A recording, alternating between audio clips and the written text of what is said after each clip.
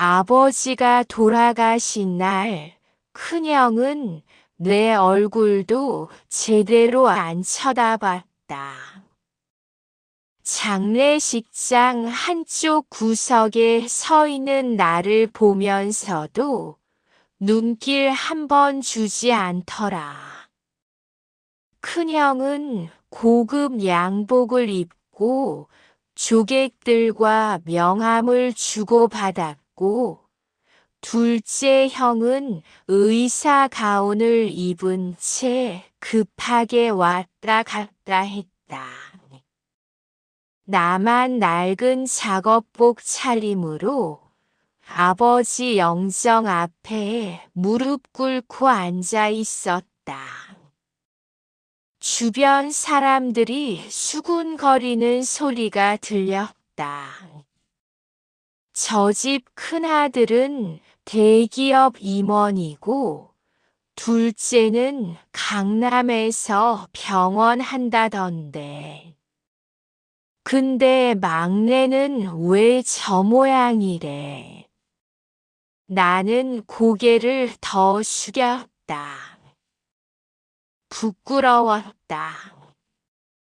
나도 아버지 아들인데 왜 나만 이렇게 초라한가? 막내는 시골집이나 정리하고 있어. 어차피 할 줄 아는 것도 그것밖에 없잖아. 큰형이 둘째한테 낮게 말하는 소리가 들렸다. 나는 그 순간 알았다. 내가 이 집안에서 어떤 존재인지를. 그저 쓸모없는 막내. 돈도 못 버는 실패한 아들. 형들 발끝에도 못 미치는 존재. 가슴속이 쓰라렸지만 참았다. 이미 익숙한 감정이었으니까. 70평생을 농사꾼으로 살았던 아버지. 그분이 마지막으로 내 손을 꼭 잡으며 했던 말이 떠올랐다. 준호야, 미안하다. 내가 제일 고생했는데 아빠가 너한테 미안한 게 너무 많구나. 그 말의 의미를 그때는 몰랐다. 왜 아버지가 나한테 미안하다고 하시는지. 오히려 내가 미안했다. 형들처럼 성공하지 못한 나 자신이. 사흘 뒤 법률사무소. 유언장을 낭독하는 자리였다. 변호사 사무실은 넓고 깨끗했다. 큰형은 비서를 데리고 왔고, 둘째 형은 고급 시계를 차고 왔다. 나는 10년 된 점퍼를 입고 구석 의자에 앉았다. 변호사가 서류를 펼치며 읽기 시작했다. 고 김종수 씨의 유언장을 낭독하겠습니다. 장남 김준식에게는 서울 강남구 소재 오피스텔 2채와 삼성전자 주식 1000주를 유산으로 남깁니다. 큰형이 만족스러운 표정으로 고개를 끄덕였다. 대충 계산해도 15억은 되겠더라. 차남 김준영에게는 서울 서초구 소재 아파트 한 채와 현금 5억 원을 유산으로 남깁니다. 둘째 형도 미소를 지었다.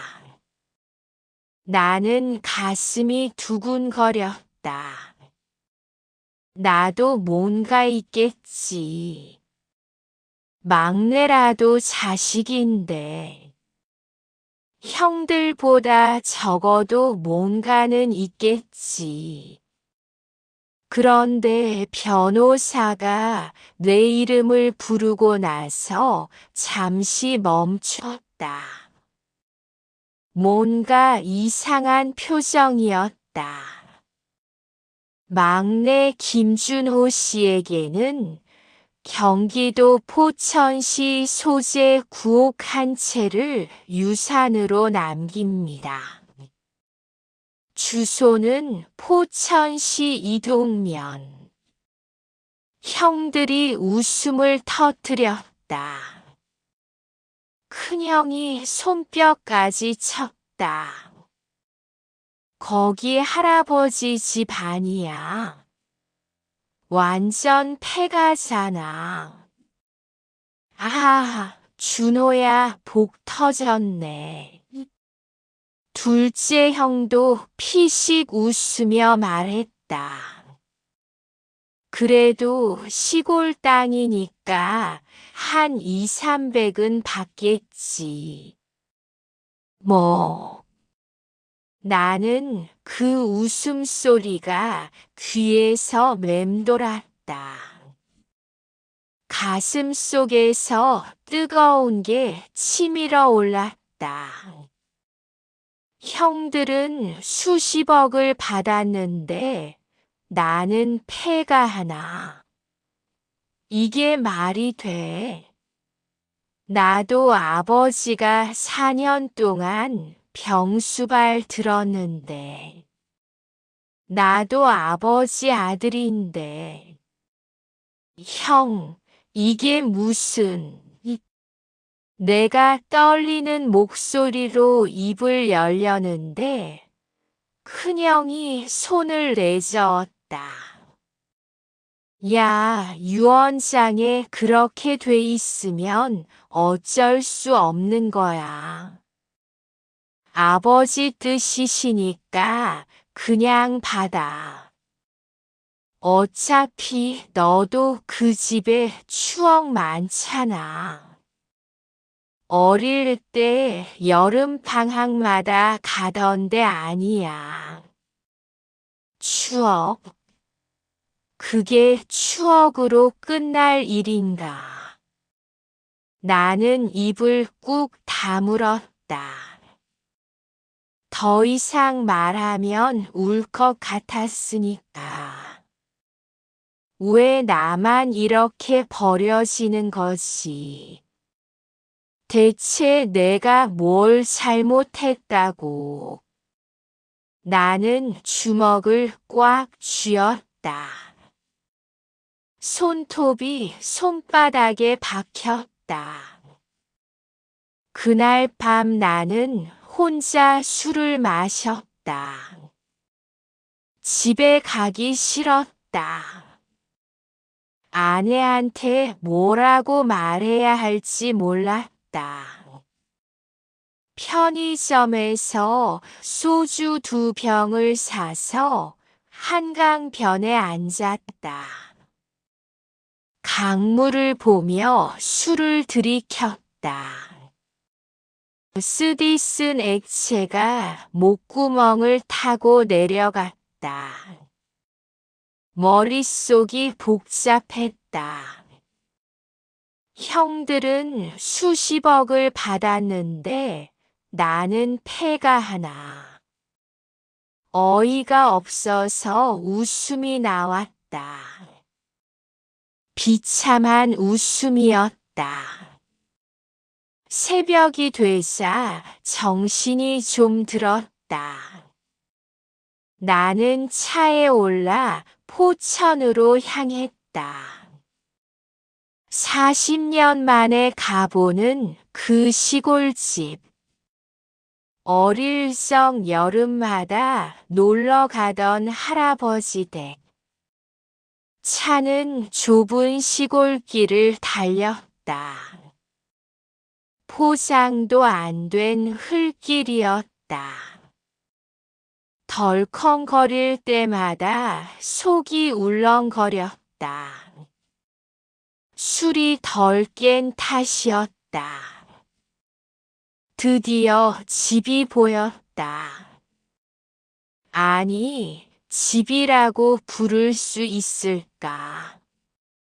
녹슨 대문이 반쯤 떨어져 있었고, 담장은 무너져 내렸다. 대문을 밀고 들어서니 완전 폐허였다. 지붕은 반쯤 무너져 있었고, 기둥은 썩어서 휘어져 있었다. 마당엔 잡초가 사람 키보다 높게 자라 있었다. 쥐며느리며 거미줄이 사방에 쳐져 있었다. 나는 마당 한가운데 주저앉았다. 이게 내 유산이라고? 형들은 강남 아파트와 오피스텔을 받았는데 나는 이런 폐가를. 비웃음이 나왔다. 하늘을 보니 먹구름이 가득했다. 곧 비가 올 것 같았다. 나는 그대로 마루에 들어 누웠다. 지붕이 무너져서 하늘이 그대로 보였다. 아버지, 왜 그러신 겁니까? 저한테 왜 이러세요? 저도 아버지 아들인데. 저도 형들만큼 아버지를 사랑했는데. 빗방울이 떨어지기 시작했다. 얼굴에 차가운 빗물이 닿았다. 나는 그냥 누워 있었다. 일어날 힘도 없었다. 인생이 허무했다. 50년을 살면서 뭘 한 거지. 대학도 겨우 졸업했고, 직장도 변변찮고, 집도 전세로 사는데. 형들은 성공했는데, 나만 이 모양이고. 이제 유산마저 폐가 하나. 나는 눈을 감았다. 그냥 이대로 비 맞고 죽을까. 그런 생각까지 들었다. 얼마나 시간이 흘렀을까. 빗소리가 점점 커졌다. 나는 그제야 정신을 차리고 일어났다. 젖은 옷을 털고 집 안으로 들어갔다. 안방 문을 열었다. 먼지가 자욱했다. 기침이 나왔다. 방 안은 텅 비어 있었다. 낡은 장롱 하나와 이불장만 덩그러니 있었다. 부엌으로 갔다. 녹슨 가스레인지와 깨진 그릇들이 보였다.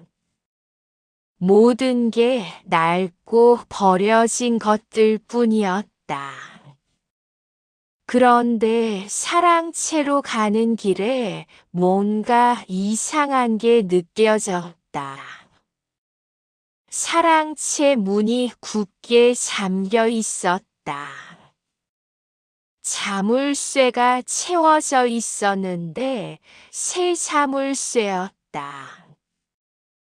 다른 곳은 다 낡았는데 여기만 새 자물쇠? 나는 궁금해서 돌을 들어 자물쇠를 부쉈다. 문을 열고 들어가니 먼지가 풀썩 일어났다. 하지만 안은 다른 곳보다 깨끗했다. 누가 관리한 흔적이 있었다. 벽장이 보였다. 벽장 문을 여는 순간 나는 숨이 멎었다. 낡은 나무 상자 하나가 놓여 있었다. 자물쇠로 잠긴 상자였다. 옆에 작은 열쇠가 걸려 있었다. 손이 떨렸다. 나는 열쇠로 상자를 열었다. 상자 안에는 노란 봉투들이 빼곡히 들어 있었다. 편지였다. 아버지 필체였다. 봉투마다 번호가 적혀 있었다. 1번부터 10번까지. 나는 떨리는 손으로 1번 봉투를 꺼냈다. 봉투를 뜯어 편지를 펼쳤다. 사랑하는 아들 준호에게. 이 편지를 읽고 있다면 아빠는 이미 세상을 떠났을 거다. 아빠가 내게 미안한 게 너무 많구나. 형들에겐 돈을 주지만 너에겐 이걸 준다. 이 땅에 내 할아버지의 그리고 우리 집안에 진짜 비밀이 묻혀 있단다. 끝까지 읽어라. 그럼 아빠가 왜 너한테 이 땅을 줬는지 알게 될 거야. 나는 편지를 읽으며 눈물이 났다. 아버지, 무슨 말씀이세요? 무슨 비밀이요? 나는 서둘러 2번 봉투를 꺼냈다. 2번 편지를 펼쳤다. 준호야, 1978년 가을이었다. 내 할아버지는 이 땅을 사셨어. 당시 3,000평이었지. 모두가 미쳤다고 했다. 돌밭에 경사진 땅이라 농사도 안 되는 땅이었거든. 게다가 마을에서 한참 떨어진 외딴 곳이었고 땅값도 비쌌어.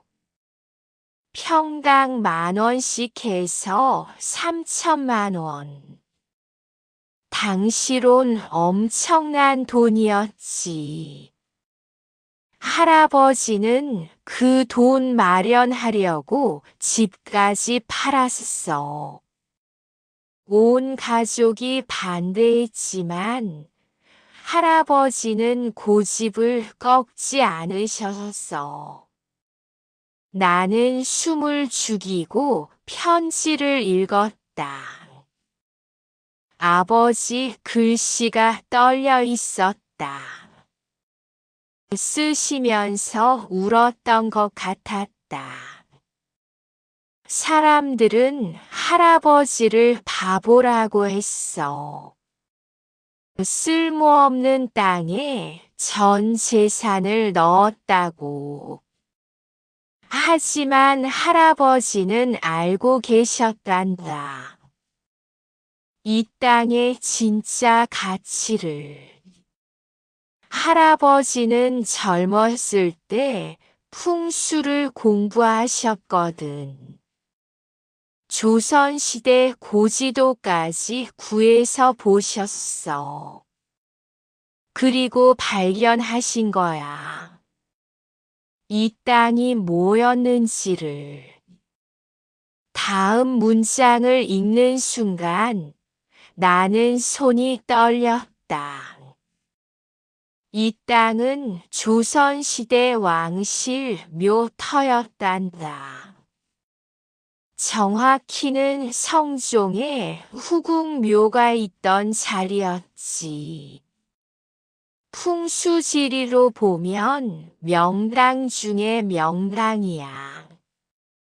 산세가 감싸고 물길이 흐르는 천년에 한 번 나올까 말까 한 땅이었었어.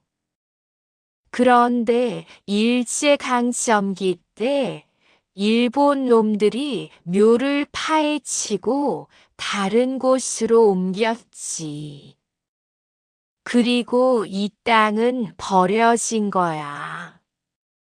하지만 명당은 명당이야.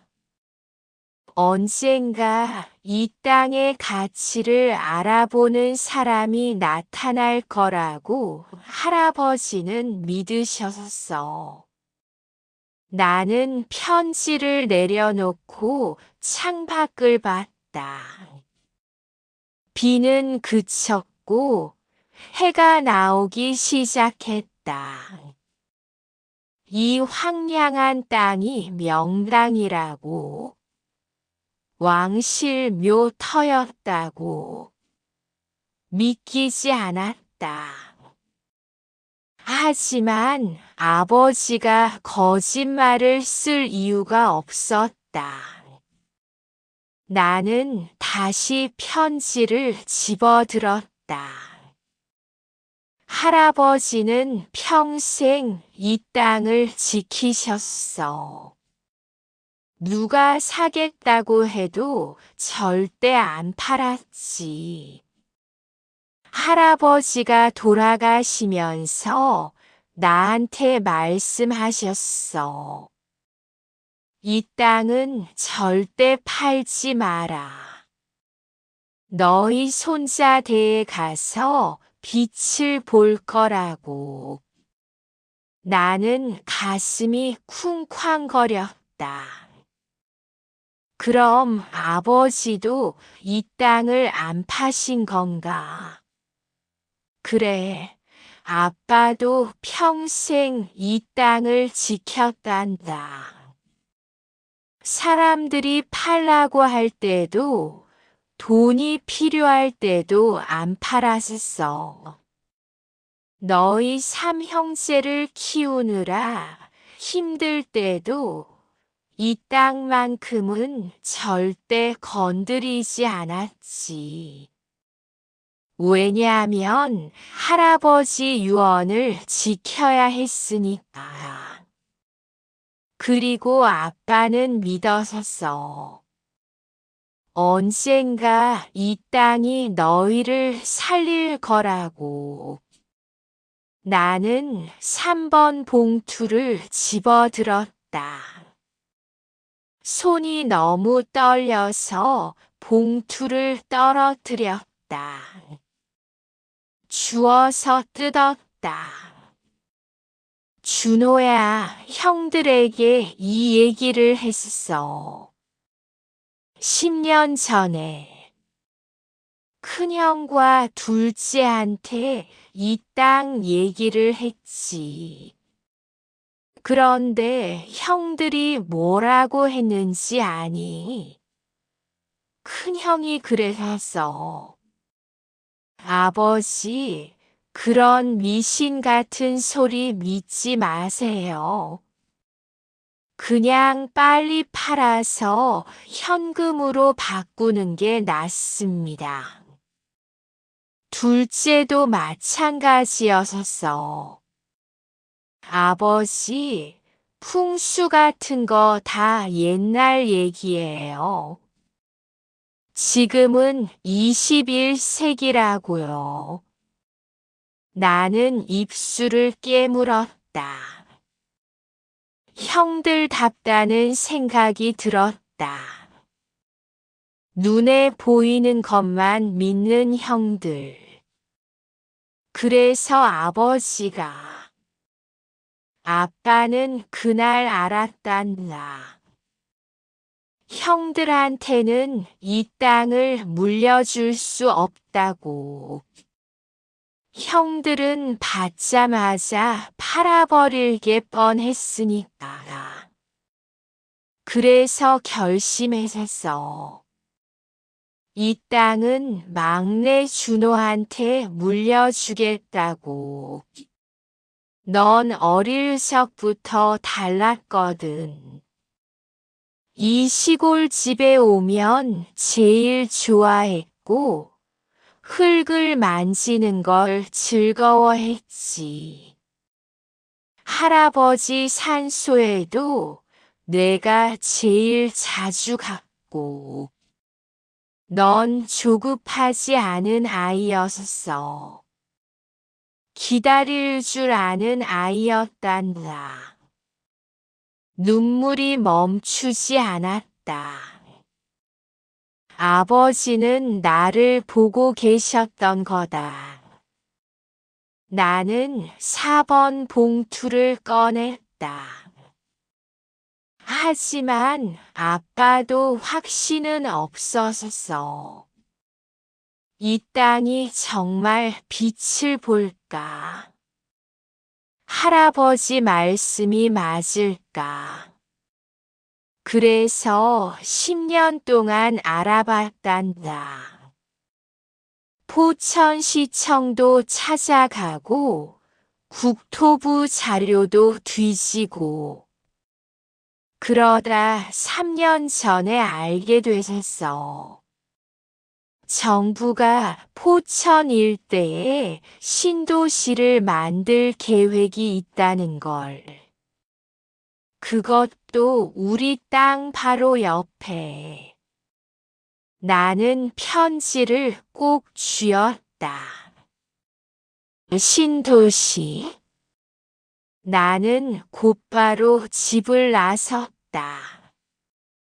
마을 이장님을 찾아가야 했다. 이장님은 이 동네에서 50년을 사신 분이었다. 뭔가 아실 거라는 생각이 들었다. 마을회관에 가니 이장님이 다른 어르신들과 화투를 치고 계셨다.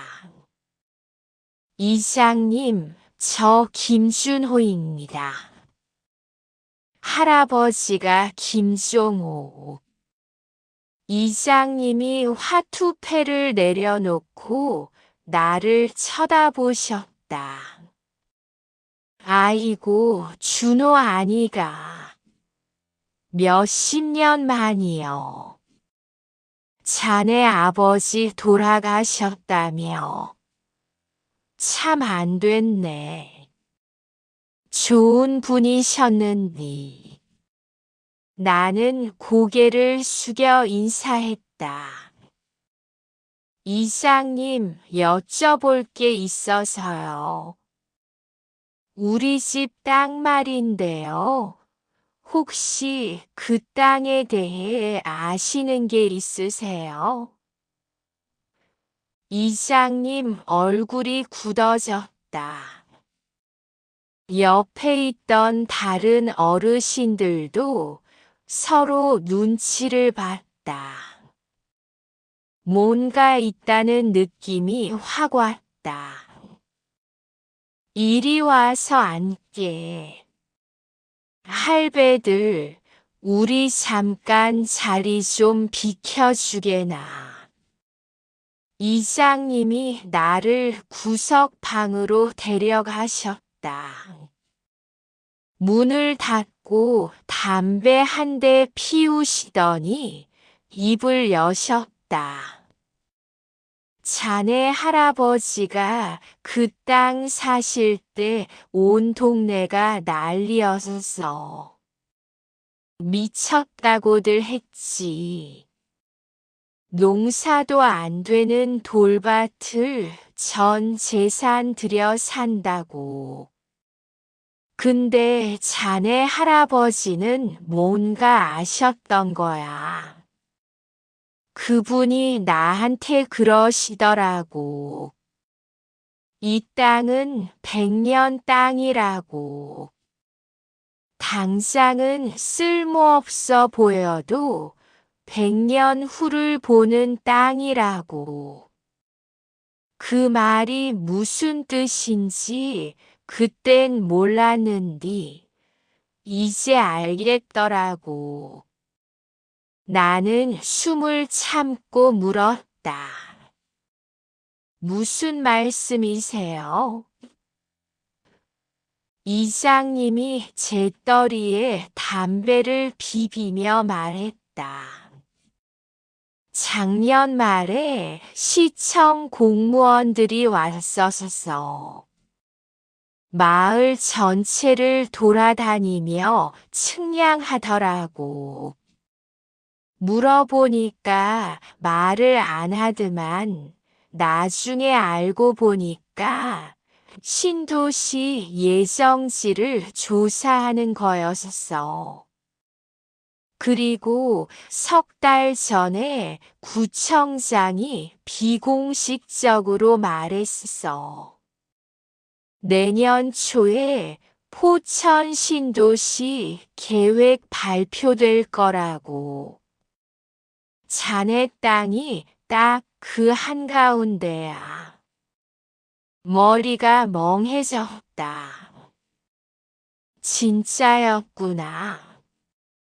아버지 편지가 진짜였었어.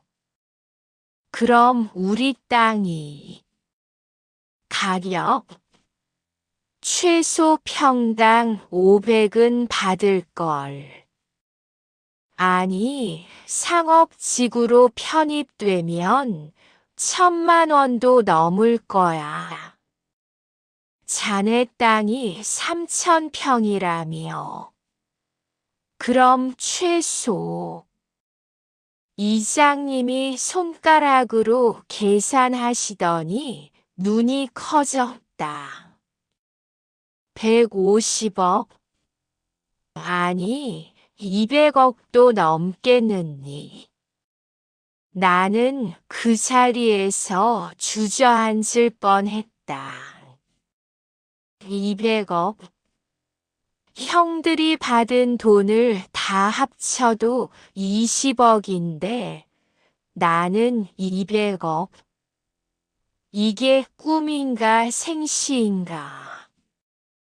이장님이 내 어깨를 두드렸다.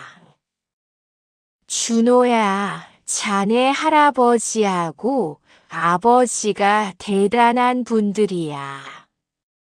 평생 그 땅 지키셨잖아. 수십 번도 더 팔라는 사람들이 왔는디 한 번도 안 팔으셨어. 그분들이 자네를 위해 지켜주신 거야.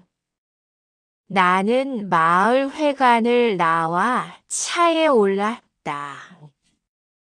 손이 떨려서 핸들을 제대로 잡을 수가 없었다. 나는 다시 그 폐가로 돌아갔다.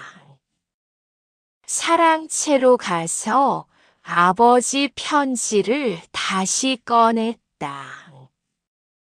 5번 봉투를 열었다. 준호야, 이제 알겠니?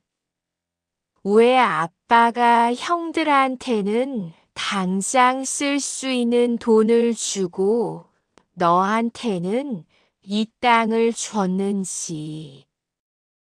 형들은 기다릴 줄 모르는 아이들이야.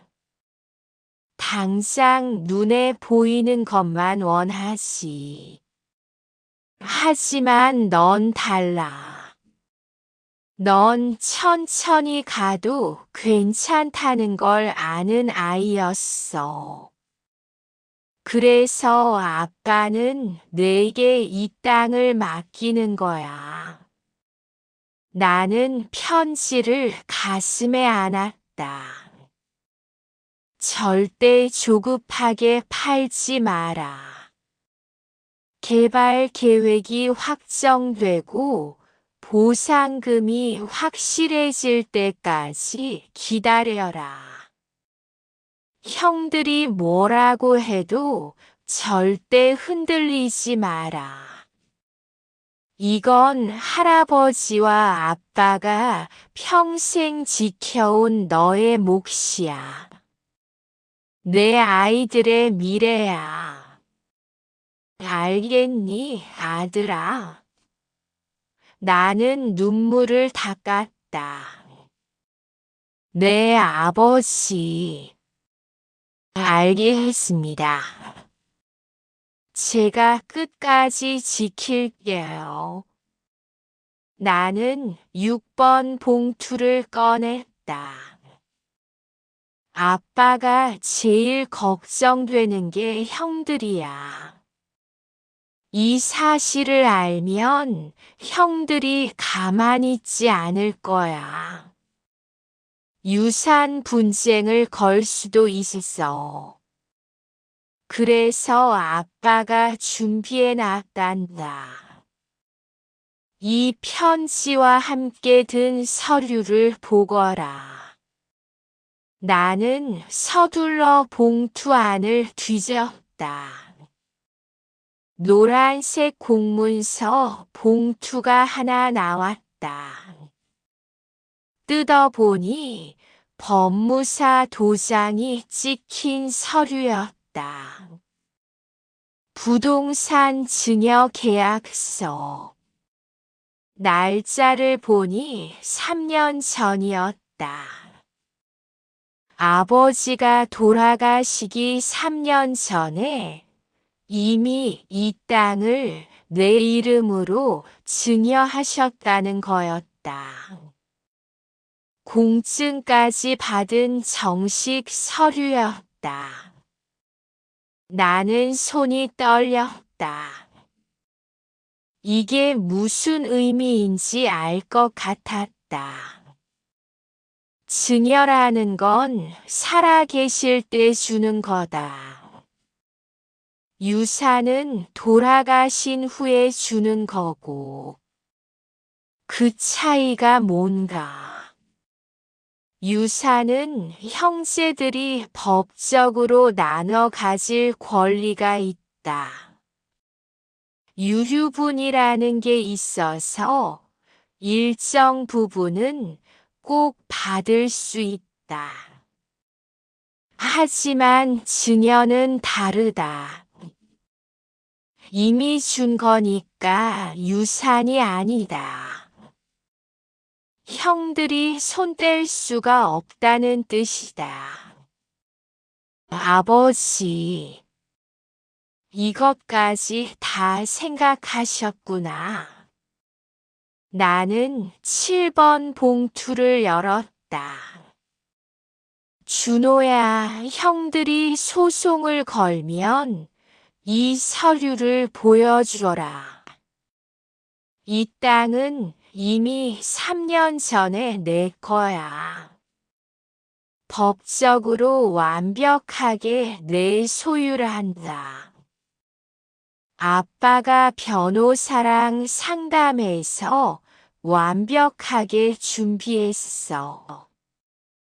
형들이 뭐라고 해도 이 땅만큼은 절대 빼앗길 일이 없어.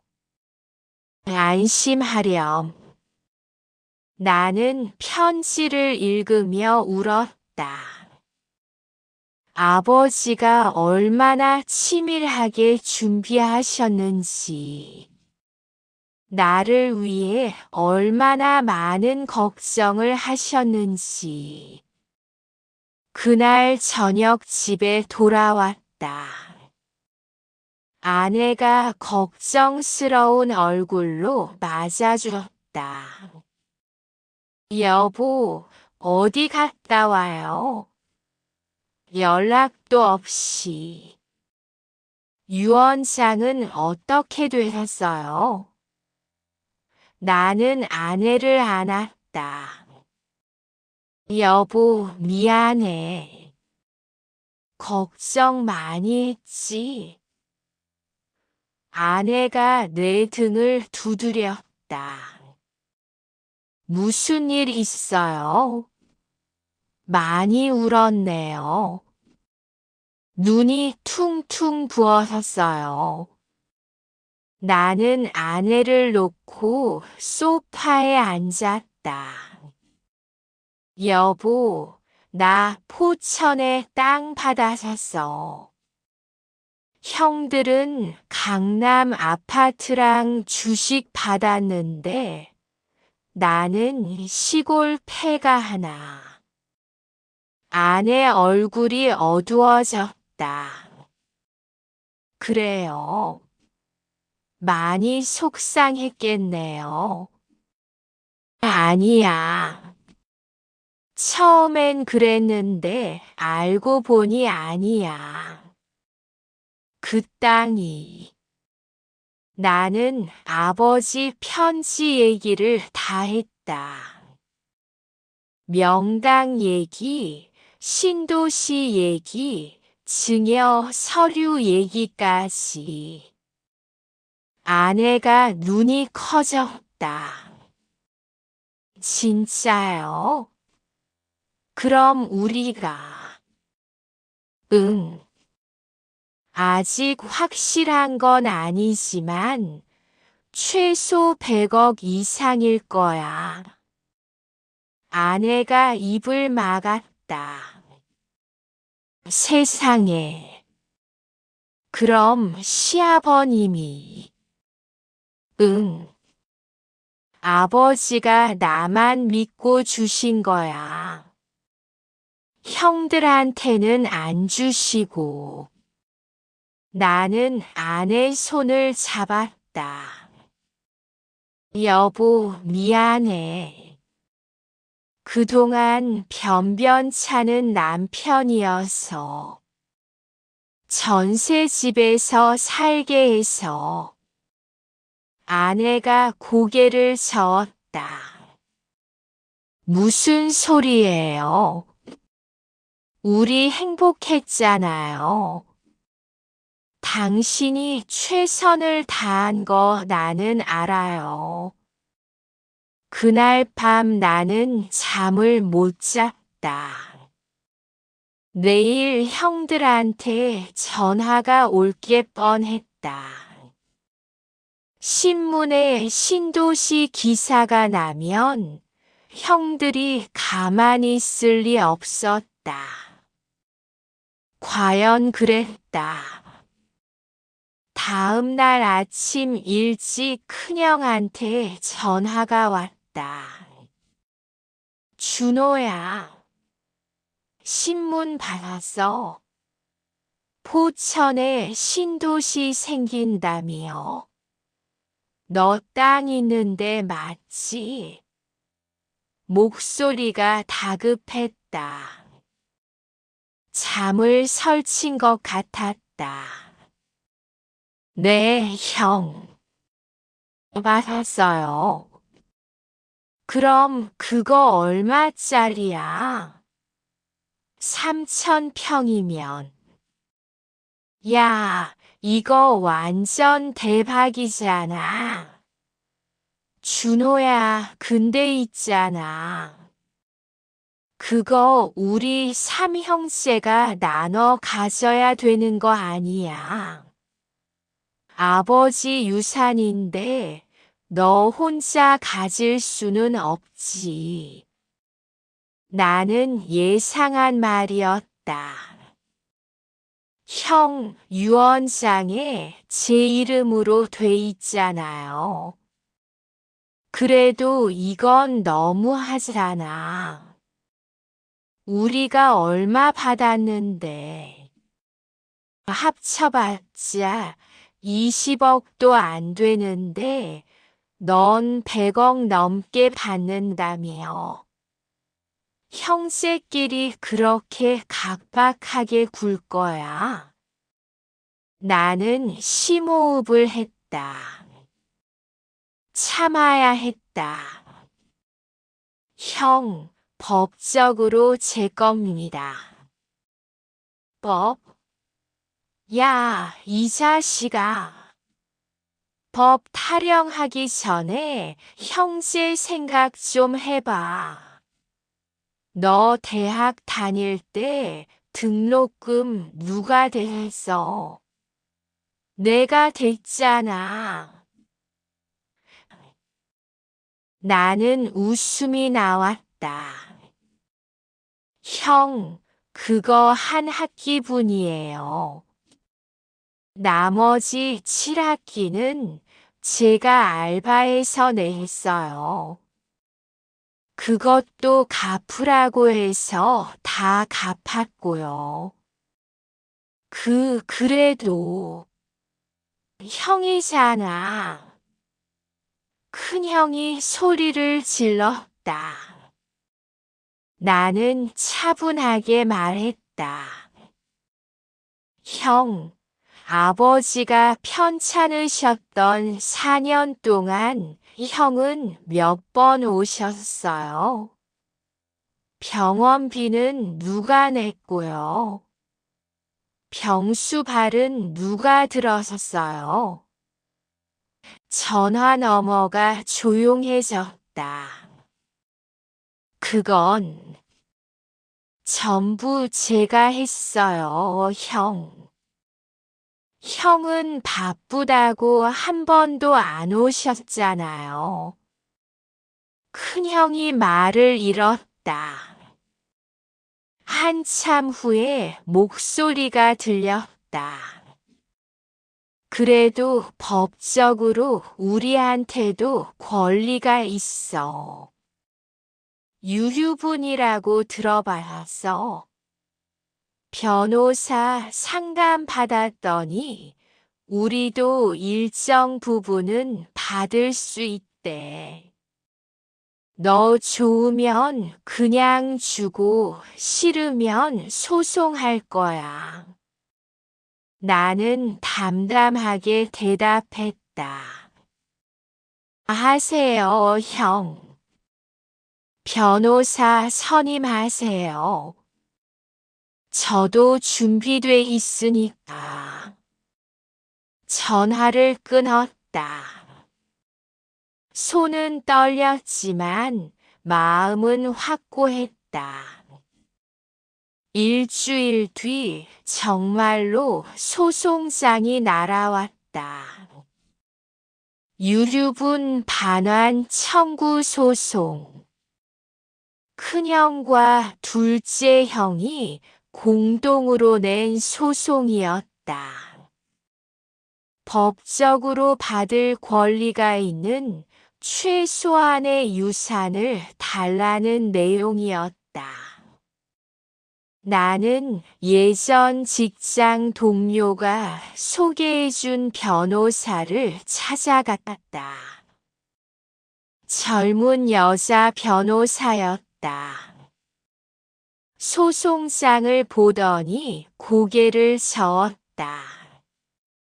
이거 쉽지 않을 수도 있어요. 유류분은 법으로 보장된 권리거든요. 형제들이 최소한 받을 몫은 줘야 할 거예요. 그럼 제가 얼마나 줘야 하는데요? 변호사가 계산기를 두드렸다. 전체 유산에서 형제들이 받을 수 있는 비율을 계산하면 대략 40억 정도는 줘야 할 것 같은데요. 땅을 팔아서라도 현금으로 줘야 합니다. 40억? 나는 머리가 아팠다. 그 돈을 어떻게 마련하지? 땅을 팔아야 하나. 그럼 아버지 뜻을 저버리는 건데. 나는 가방에서 서류를 꺼냈다. 변호사님, 이거 보세요. 증여 계약서예요. 3년 전에 작성된 거고요. 변호사가 서류를 받아들었다. 눈이 커지더니 자세히 읽기 시작했다. 한참을 읽더니 고개를 들었다. 이거 진짜예요. 공증까지 받았네요. 네. 아버지가 돌아가시기 3년 전에 제 이름으로 증여하셨어요. 변호사 얼굴에 미소가 번졌다. 이거면 이깁니다. 완전히 이겨요. 생전 증여는 유류분 계산에서 제외될 수 있거든요. 특히 3년이나 지났으면 문제 없어요. 이 땅은 이미 당신 거예요. 유산이 아니라고요. 나는 안도의 한숨을 쉬었다. 아버지, 정말 감사합니다. 변호사가 덧붙였다. 다만 형제분들이 이 서류의 진위를 다툴 수는 있어요. 하지만 공증받은 서류니까 뒤집기 어렵죠.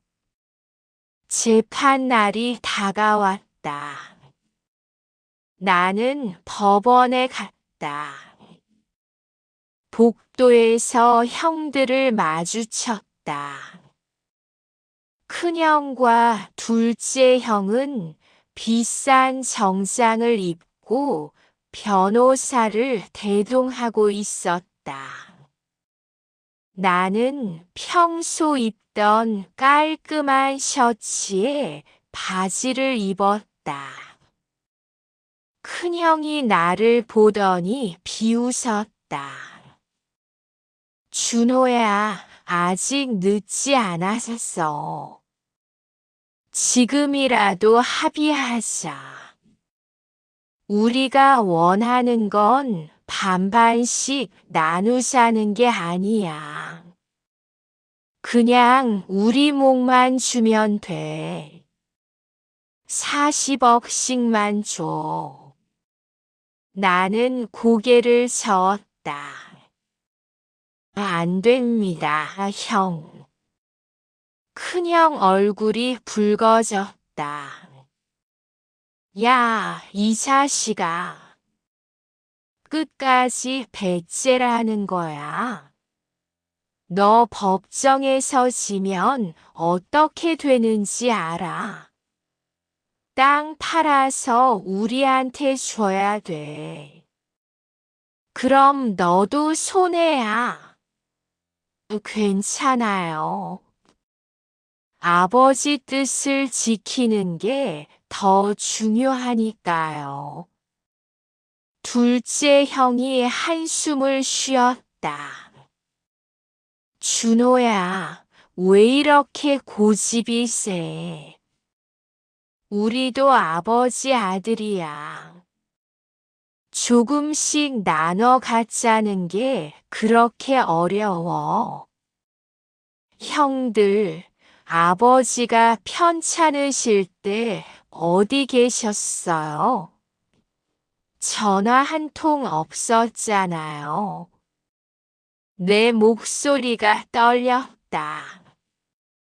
저 혼자 병원 다니고 밥 해드리고 약 챙겨드리고 했어요.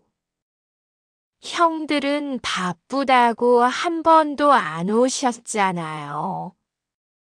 돌아가시기 일주일 전에 아버지가 저한테 그러셨어요. 형들한테 전화했는데 받질 않는다고. 너만 믿는다고. 그렇게 말씀하시면서 우셨어요.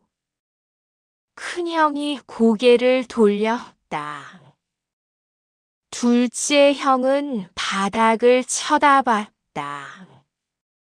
나는 계속 말했다. 아버지는 형들한테 당장 쓸 수 있는 돈을 주셨어요. 그게 형들이 원하던 거니까. 저한테는 기다림을 주셨고요. 저는 그 뜻을 지킬 겁니다. 법정 문이 열렸다. 김준식, 김준영, 김준호 사건 입장하세요. 우리는 법정 안으로 들어갔다. 재판이 시작됐다. 큰형 변호사가 서류를 제출하며 주장했다. 피고는 유산의 대부분을 혼자 차지했습니다. 의는 원고들의 유류분을 침해하는 것으로 법 제1112조에 의거 우리 변호사가 일어났다. 재판장님, 제출할 증거가 있습니다. 변호사가 증여 계약서를 제출했다. 판사가 서류를 받아 검토하기 시작했다. 한참을 읽더니 큰형 변호사에게 물었다. 원고 측 변호사, 이 증여 계약서에 대해 알고 계셨습니까? 큰형 변호사가 당황한 표정으로 서류를 받아봤다. 큰형도 옆에서 서류를 들여다봤다. 얼굴이 하얗게 질렸다. 이게 뭐야? 큰형이 소리쳤다. 이게 언제 작성된 거야? 판사가 말했다. 조용히 하세요. 원고 측, 이 서류에 대한 의견 있습니까? 큰형 변호사가 머뭇거렸다. 재판장님, 이 서류의 진위를 확인해야 합니다. 공증이 되어 있다고는 하나. 공증 받은 서류입니다. 법무사 직인도 찍혀 있고요. 진위 여부를 다투시려면 별도의 절차가 필요합니다. 우리 변호사가 말했다. 판사가 고개를 끄덕였다. 이 토지는 피상속인이 사망하기 3년 전에 이미 피고에게 증여된 것으로 보입니다. 따라서 상속 재산이 아닙니다. 원고들의 유류분 청구 대상이 될 수 없습니다. 쿵! 망치 소리가 울렸다. 원고 패소. 이상으로 선고를 마칩니다. 큰형이 자리에서 주저앉았다. 이럴 수가. 아버지가 우릴 속이셨어. 둘째 형은 멍하니 나를 쳐다봤다. 법정을 나오는데 형들이 뒤에서 불렀다. 준호야, 잠깐만. 잠깐만 얘기 좀 하자. 나는 멈춰섰다.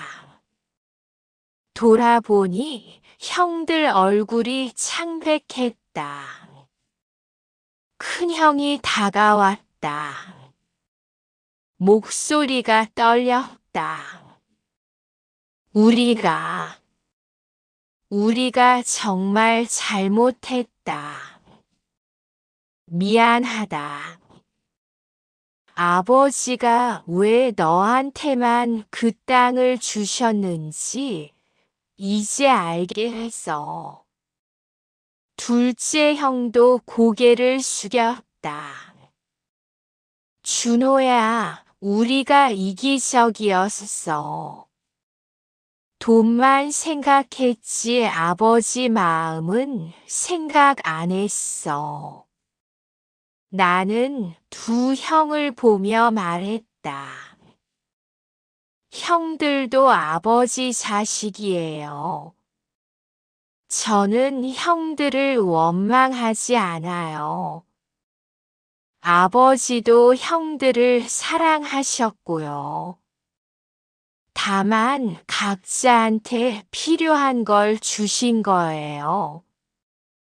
형들한테는 당장 쓸 수 있는 돈을, 저한테는 기다림을 주신 거죠. 큰형이 눈물을 닦았다. 우리가 아버지 제대로 모시지도 못했으면서 유산만 탐낸 거지. 부끄럽다. 형, 이제라도 아버지 생각하면 돼요. 늦지 않았어요. 나는 형들에게 손을 내밀었다.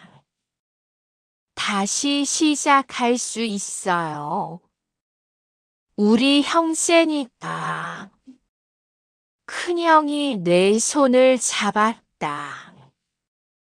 둘째 형도 우리 손을 감쌌다. 오랜만에 형제가 손을 맞잡았다. 큰형이 말했다. 준호야, 그 땅 잘 지켜라. 아버지 뜻대로. 우린 더 이상 욕심 안 부릴게. 고마워요, 형.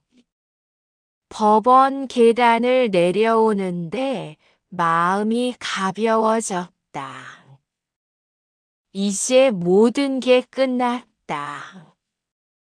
아버지의 유산을 지켰고 형들과도 화해했다. 아내한테 전화했다. 여보, 나야. 이겼었어. 우리가 이겼었어. 아내 목소리가 떨렸다. 정말요? 다행이다. 빨리 와요. 기다릴게요. 응. 지금 가는 중이야. 저녁은 내가 사줄게. 오늘은 특별한 날이니까. 집에 가는 길에 아버지 산소에 들렀다. 묘비 앞에 무릎을 꿇었다. 아버지, 제가 해냈어요. 형들 소송도 이겼고 땅도 지켰어요. 아버지가 물려주신 거 하나도 잃지 않았어요. 바람이 불었다. 나뭇잎이 바스락거렸다. 아버지가 대답하시는 것 같았다. 그래, 잘했다. 고생 많으셨어. 아버지, 사랑해요. 그리고 정말 감사해요. 나는 절을 올렸다. 땅에 이마가 닿았다. 저녁에 아내와 외식을 했다. 오랜만에 좋은 식당에서 스테이크를 먹었다. 아내가 웃으며 말했다. 여보, 우리 이제 부자 되는 거예요. 나는 고개를 저었다. 아직 아니야. 개발이 확정되고 보상금 받을 때까지 기다려야 해. 그게 1년이 걸릴지 2년이 걸릴지 몰라. 괜찮아요. 우리 기다릴 수 있어요. 지금까지 잘 살아왔잖아요. 나는 아내 손을 잡았다. 여보, 고마워. 힘들 때도 불평 안 하고 옆에 있어 주어서. 아내가 미소 지었다. 당신도요. 우리 앞으로도 잘 살아요. 우리는 술잔을 부딪혔다. 행복했다. 돈이 많아서가 아니라 서로 믿고 의지할 수 있어서. 그게 진짜 부자라는 생각이 들었다. 1년 후 포천 신도시 개발이 본격적으로 시작됐다. 정부에서 공식 발표를 했고 보상 절차가 진행됐다. 내 땅은 상업지구로 편입됐다. 시청 공무원들이 찾아와서 보상금을 계산했다. 평당 800만 원. 3,000평이면 240억이었다. 세금 떼고 나면 순수하게 200억 정도 손에 쥐게 될 거였다. 나는 믿기지 않았다. 내가 평생 벌어도 못 모을 돈이었다. 하지만 나는 그 돈을 혼자 쓰지 않기로 했다. 아버지 뜻을 받들어 의미 있게 쓰고 싶었다. 나는 장학재단을 만들기로 했다. 김종수 효행 장학재단이란 이름으로 부모님을 모시며 어렵게 공부하는 학생들을 돕기로 했다. 나처럼 부모님 병수발 들며 학교 다니는 아이들. 그 아이들한테 희망을 주고 싶었다. 재단 설립에 50억을 쓰기로 했다. 재단 설립 기념식이 열렸다. 많은 사람들이 왔다. 마을 이장님도 오셨고, 아버지 친구분들도 오셨다. 그리고 큰형과 둘째 형도 왔다.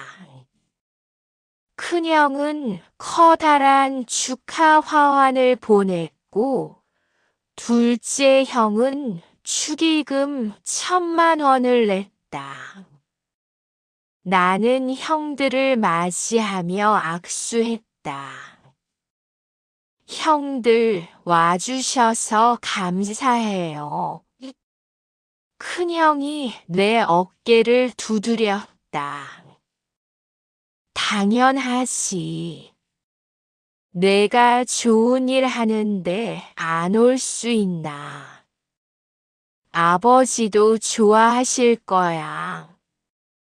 식이 끝나고 형들과 조용히 대화를 나눴다. 큰형이 먼저 입을 열었다. 준호야, 우리 다시 시작할 수 없을까? 진짜 형제로 돌아가고 싶어. 나는 잠시 망설였다. 형들한테 상처를 많이 받았다. 쉽게 용서가 되지 않았다. 하지만 아버지라면 뭐라고 하셨을까? 형제끼리 화해하길 바라셨을 거다. 천천히요, 형.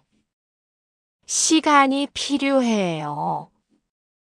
하지만 노력해 볼게요. 둘째 형이 눈시울을 붉혔다. 그래, 천천히 하자. 우리가 잃어버린 시간을 다시 채워가는 거지. 준호야, 정말 미안했어. 그리고 내가 자랑스러워. 나는 고개를 끄덕였다. 마음이 조금 풀렸다. 형들도 변했다. 돈만 보던 형들이 이제는 사람을 보기 시작했다. 그것만으로도 다행이었다. 그날 저녁 나는 아버지 묘소를 찾아갔다. 혼자 조용히 아버지와 대화하고 싶었다. 묘비 앞에 무릎을 꿇고 앉았다. 아버지, 제가 해냈어요. 아버지가 물려주신 땅 잘 지켰어요. 그리고 그 뜻도 이해했고요. 이제 알아요. 아버지가 왜 저한테 그 땅을 주셨는지. 단순히 돈 때문이 아니었죠. 기다릴 줄 아는 마음, 조급하지 않은 마음, 그걸 가르쳐 주시려고 하신 거죠. 바람이 불었다. 나뭇잎이 흔들렸다. 석양이 지고 있었다. 아버지, 저는 이 돈을 의미 있게 쓸 거예요. 저처럼 힘든 아이들을 도울 거예요. 그게 아버지가 바라신 거잖아요. 돈은 많이 벌되 의미 있게 쓰는 거. 아버지가 평생 그렇게 사셨잖아요. 눈물이 흘렀다. 아버지가 그리웠다. 손을 잡아드리고 싶었다. 아버지, 형들이랑도 조금씩 가까워지고 있어요. 시간이 걸리겠지만 다시 형제가 될 수 있을 것 같아요. 아버지가 원하신 거니까요. 저도 노력할게요. 하늘을 봤다. 별이 하나둘 떠오르고 있었다. 아버지가 저 별 중 하나가 되셨을까? 나를 내려다보고 계실까? 사랑해요, 아버지. 정말 감사해요. 아버지 덕분에 제가 이렇게 살 수 있어요. 이제 나는 그 시골집을 새로 지었다. 폐가를 다 허물고 예쁜 한옥을 지었다. 주말마다 아내와 아이들과 함께 내려간다. 텃밭을 가꾸고 마당에서 고기를 굽는다. 아버지가 좋아하셨던 모습 그대로. 아이들이 흙을 만지며 뛰어노는 모습을 보면 행복하다. 돈이 전부가 아니라는 걸 이제는 안다. 진짜 유산은 사랑이고 기다림이고 인내라는 걸. 어느 날 아들이 물었다.